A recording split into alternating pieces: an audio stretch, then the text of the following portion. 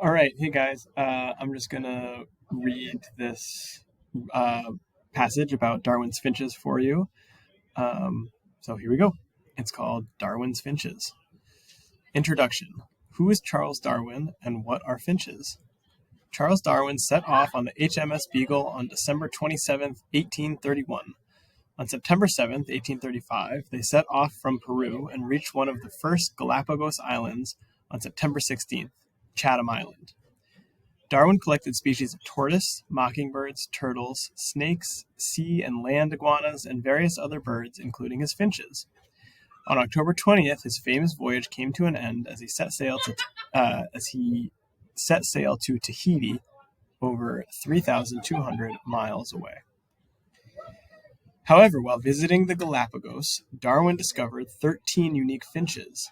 All are said to be descending from one species that may have blown from the mainland of South America during a windstorm over 1 million years ago. Darwin collected multiple species of finch from the Galapagos and began to see how diverse they were from island to island. Their beak shape and function seem to relate to the foods they ate depending on the environmental factors present on each island. One major commonality of all the finches is their beak coloration: black for breeding finches and yellow for those that don't or aren't able or ready to breed. This suggests that their relation to a common ancestor. Darwin's finches, or Geospiza, belong to one of several finch categories. Types of finches. Warbler finches. I'm not going to try to read the Latin.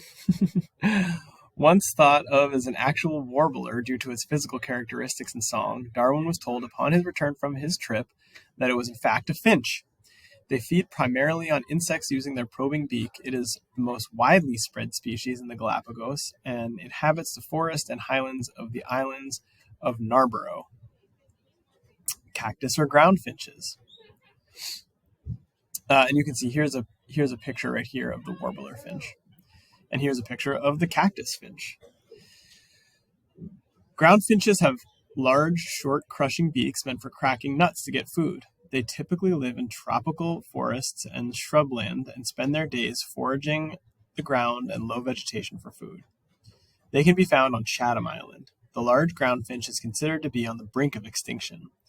The most ancestral form of all of Darwin's finches is the vampire finch, which is native to Wenman and Culpeper Islands. That should say islands. It pecks at the skin of blue-footed boobies and drinks their blood.